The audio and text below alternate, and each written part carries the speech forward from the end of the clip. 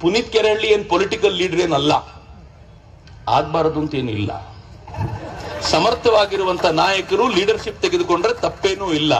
ಅವನ ಮನಸ್ಸಿನಲ್ಲಿ ಆ ತರದ್ ಇದುವರೆಗೂ ನಾನು ಅವನ ಜೊತೆ ತುಂಬಾ ಹೊತ್ತು ಮಾತಾಡ್ತಿರ್ತೀನಿ, ತುಂಬಾ ಹೊತ್ತು ಕಾಲ ಕಳಿತೀನಿ. ನನಗೇನು ಅವನನ್ನು ನೋಡಿದಾಗ ಹಂಗ ಅನ್ನಿಸ್ಲಿಲ್ಲ. ಆದ್ರೆ ಇದ್ರೆ ತಪ್ಪೇನಲ್ಲ. ಸಮರ್ಥವಾಗಿರುವಂತ ಒಬ್ಬ ಲೀಡರ್ ಮುಂದೆ ನಿಂತ್ಕೊಂಡ್ರೆ ತಪ್ಪೇನೂ ಆಗಬಾರದು ಅಂತ ನನಗೆ ಯಾವಾಗ್ಲೂ ಅನ್ಸುತ್ತೆ.